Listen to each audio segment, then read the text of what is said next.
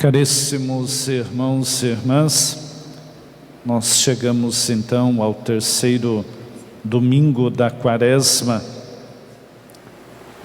primeiramente recordando o sentido e o nosso propósito maior, que é chegarmos à celebração das festas pascais.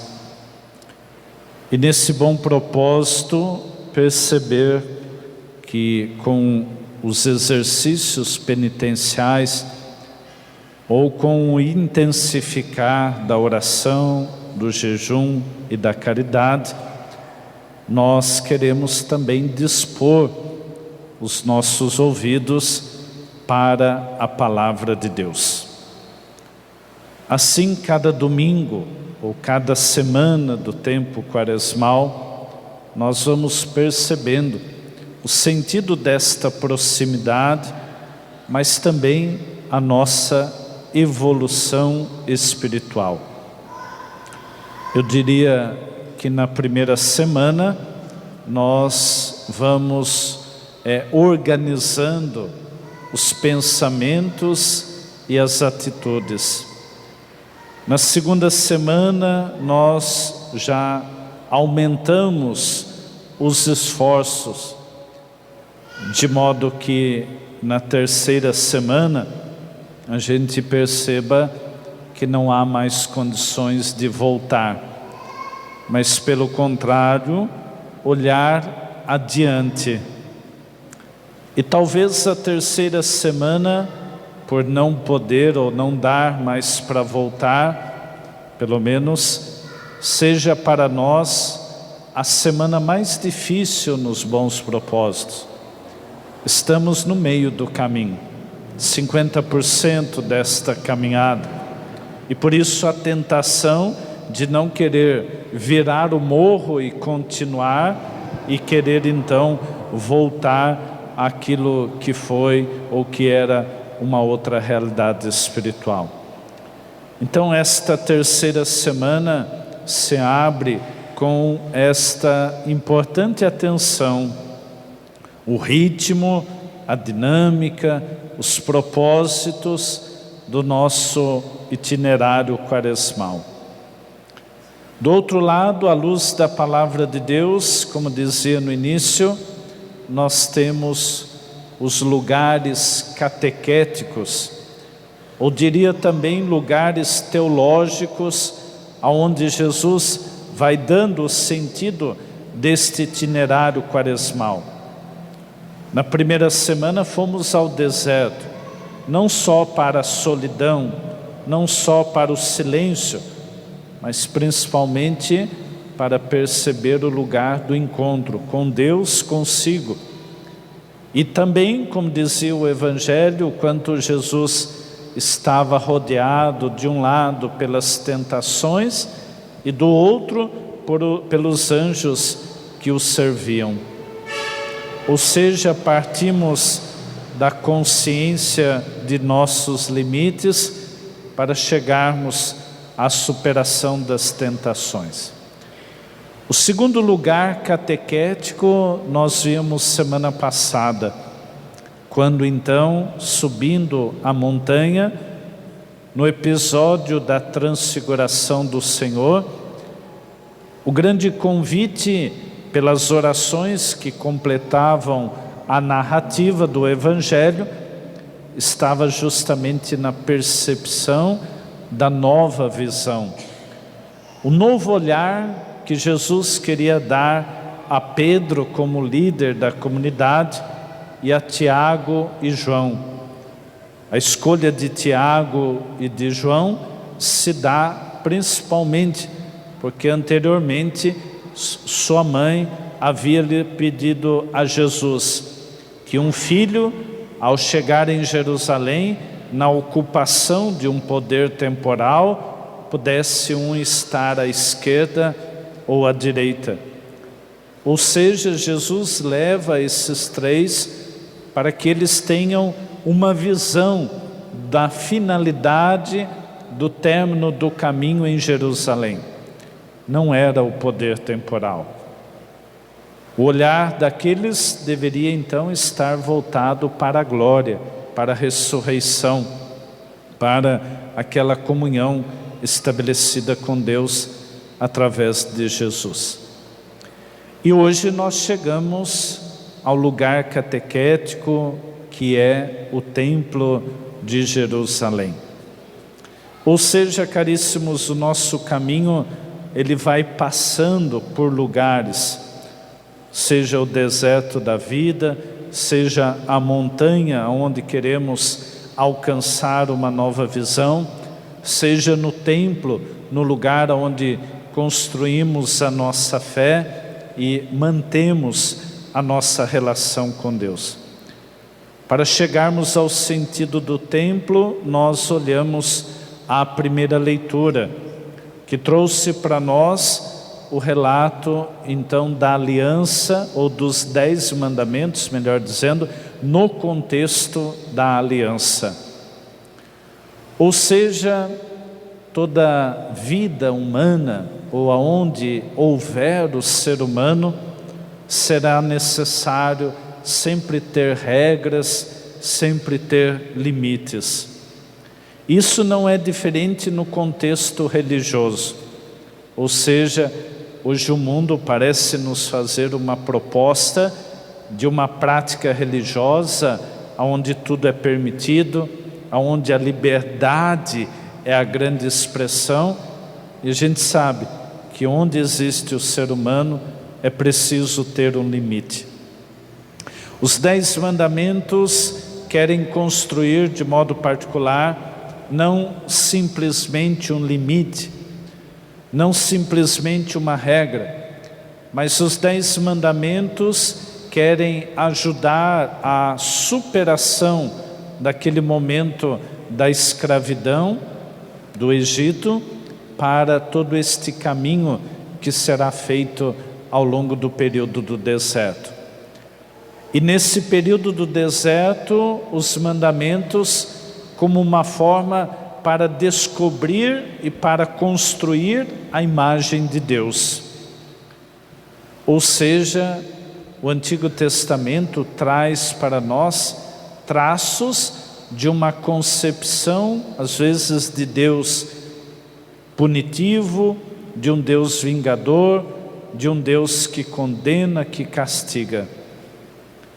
Talvez quando nós olhamos um pouco além do texto, nós vamos perceber que os 10 mandamentos têm na sua essência o propósito de valorizar a identidade e a dignidade humana. Então aqui está um ponto importante. Eu olho para os 10 mandamentos não como algo que me aprisiona, mas eu olho para os 10 mandamentos como uma oportunidade para descobrir em Deus o que significa a dignidade de cada pessoa. E que no propósito da aliança estabelecido, conduzir aquele povo para o deserto, estava também em celebrar esta relação, do qual o objetivo maior da salvação é trazer de volta o resgate da dignidade humana perdida pela situação do pecado. Então, às vezes temos dificuldade.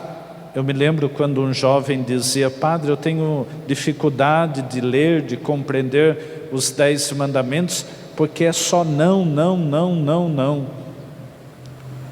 Ou seja, caríssimos, o caminho para descobrir os 10 mandamentos como uma forma de relação com Deus vai estar neste olhar e nesta perspectiva de que por detrás dele há o desejo de conduzir o ser humano com a sua dignidade. E a vivência desta aliança, desta comunhão com Deus, ela se caracteriza por esta reta intenção. Ou seja, nós que hoje vivemos esta dinâmica de nossa fé, nos esforçamos para manter este vínculo, para manter esta comunhão, na medida em que vamos vivendo esses propósitos que garantiram a aliança e a centralidade da fé daquele povo no Antigo Testamento.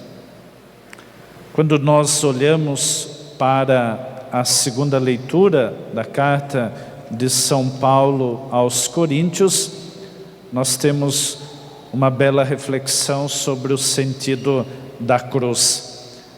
Uma atualização e um sentido novo para esta aliança que começa na escolha do povo do Antigo Testamento, na determinação desses mandamentos. Ou seja, a cruz, ou aquele que morria crucificado, era primeiramente uma expressão da maldição de Deus, uma expressão clara do abandono, uma expressão clara da sua situação elevada ao extremo como pecador. Ou seja, estar na cruz era sentir-se totalmente abandonado, sentir-se totalmente um sinal deste maior escândalo. E Paulo vai trabalhar com a comunidade de Corinto e com outras comunidades o sentido do sacrifício e da cruz como esta expressão de que ela não é uma maldição de Deus sobre a pessoa, mas que a cruz, ela justamente nos congrega e traz as características da superação do sacrifício que Jesus então enfrenta, ou que rompe com a estrutura do templo, como ouviremos no Evangelho. Quando nós nos encontramos para celebrar a Eucaristia, nós nos encontramos principalmente para fazer memória deste acontecimento, o acontecimento da cruz, a expressão desta entrega total, onde Cristo vai ser a oferta e vai ser o ofertante. Na ocasião da Quaresma deste ano, optamos então por trazer o sinal do crucificado de uma forma tão clara aqui no nosso presbitério. Ou seja, chegamos e olhamos aquilo que caracteriza o elemento de nossa fé, daquilo que temos em casa, não apenas como um objeto devocional e religioso que se coloca numa parede, sobre uma mesa, que usamos numa corrente, num anel. Mas olhar para a cruz é, como Paulo diz, perceber toda esta dinâmica do amor, da sabedoria e da entrega total por Deus. Ou seja, a nossa fé passa por este caminho, o caminho, acima de tudo, desta experiência de reconciliação. Esta semana que passou eu tive a oportunidade de ouvir e estar com o Frei Hans, fundador da Fazenda da Esperança. Ele dizia a nós padres que nenhuma das fazendas que ele fundou deixou de nascer da cruz.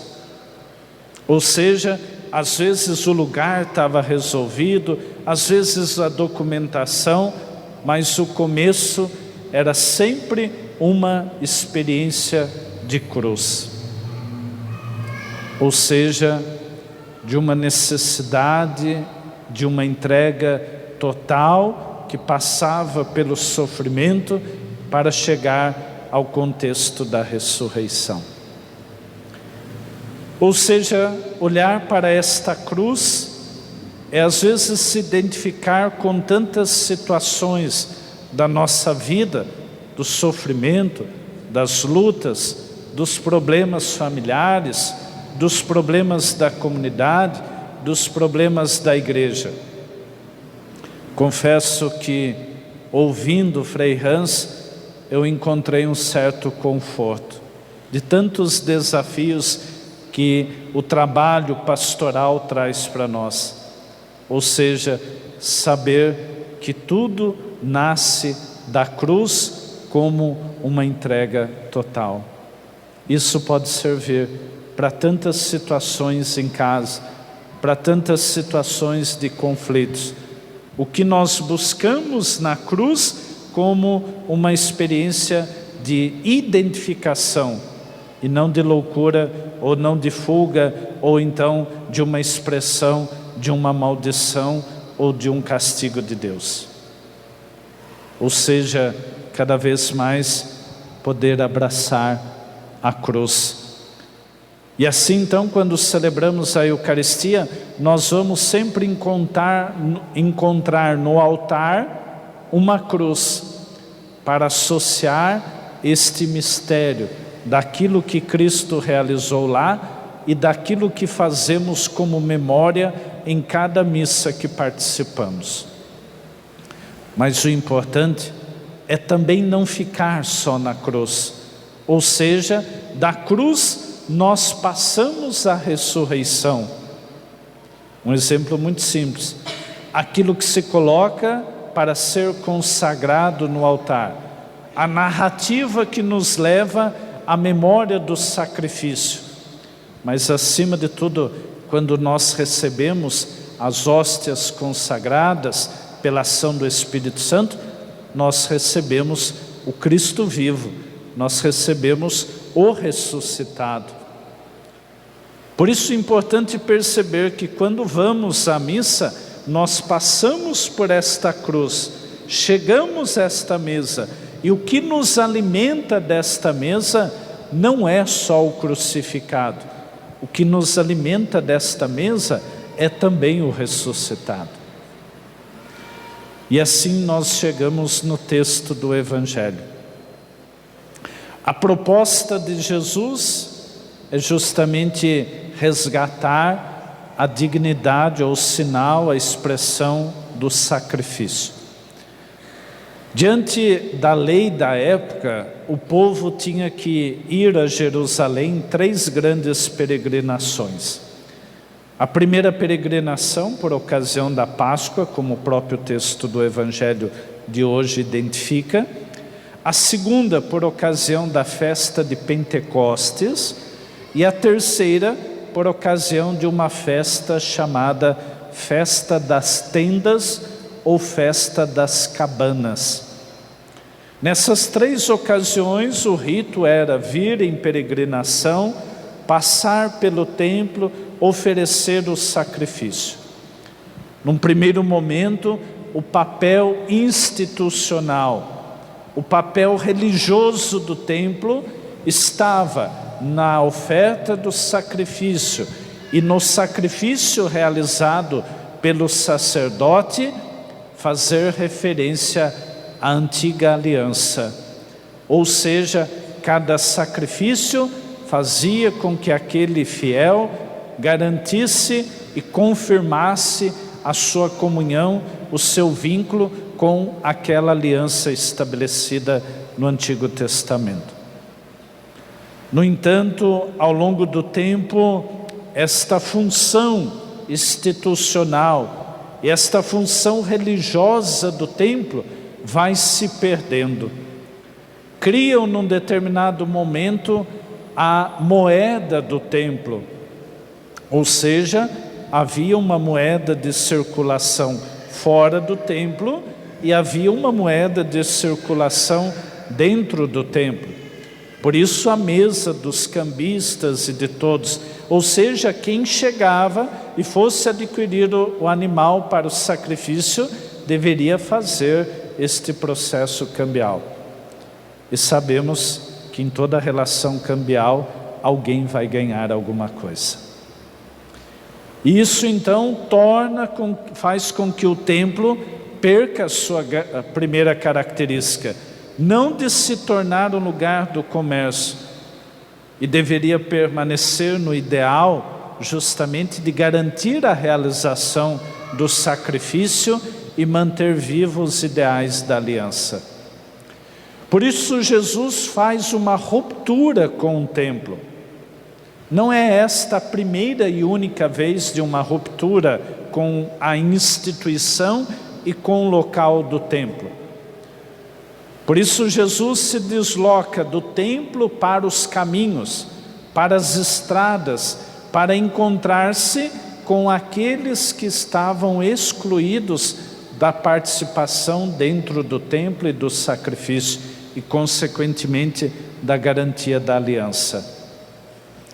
A entrada de Jesus é justamente para destituir esta condição do templo como lugar do comércio, para resgatar o sinal do sacrifício. Até então, o sacrifício garantido pela entrega e pela oferta dos animais. Agora então, o novo sentido do sacrifício não está mais nos animais, não no sangue derramado dos animais, mas vai estar essencialmente na pessoa de Jesus, no seu corpo, que torna-se então o templo, aonde eles devem ir, aonde eles devem encontrar o sentido, na pessoa de Jesus. Ou seja, quando ele se entrega no alto desta cruz. Assim, na narrativa da instituição ou da consagração, a gente ouve: este é o meu corpo e é o meu sangue que é dado, que é entregue por vós para a nova e eterna aliança. Ou seja, nós temos em Cristo a oferta e o ofertante. Antes, a oferta era o animal e o ofertante era o sacerdote. Agora então, Cristo, na reconstrução pelo mistério da paixão, morte e ressurreição, ele reconstrói a dimensão do templo, não apenas como lugar físico, mas um lugar onde a nossa dignidade é resgatada. E tudo isso, caríssimos, se torna memória em cada missa que participamos. Então, vir para a missa é olhar para a cruz, é olhar para o altar e é, acima de tudo, perceber do que brota deste altar para nos alimentar. Ou seja, uma memória do sacrifício, numa passagem pela morte, mas num resultado principalmente da ressurreição. Comungamos do corpo e do sangue de Cristo, do crucificado e do ressuscitado. Ou seja, voltamos para casa alimentados como fonte de vida e de missão, esta experiência do sacrifício. Não mais na dimensão dos animais, mas na dimensão do Cristo como Cordeiro Pascal. Se vocês têm a oportunidade, acima de mim, lá em cima, neste altar, há a imagem de um Cordeiro Pascal, né? Antes da imagem do Jesus aqui em cima, há a imagem de um Cordeiro Pascal sobre o livro com 7 selos. Ou seja, Cristo torna-se este Cordeiro Pascal. Ele se coloca acima do livro da vida, onde estão registrados os nomes de todos aqueles que nasceram para a vida de Cristo e da vida da igreja a partir do batismo. É por isso que nós vamos à missa. Nós vamos à missa para fazer memória da paixão, morte e ressurreição de Jesus.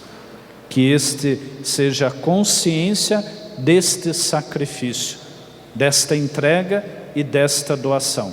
E se somos alimentados por esta dinâmica da cruz, da morte e da ressurreição, o esforço quaresmal e de qualquer outra época é traduzir na vida o que significa para nós passar pela cruz, experimentar a morte, mas ter uma certeza da ressurreição. Lembre-se, você recebe na hóstia consagrada o crucificado e o ressuscitado.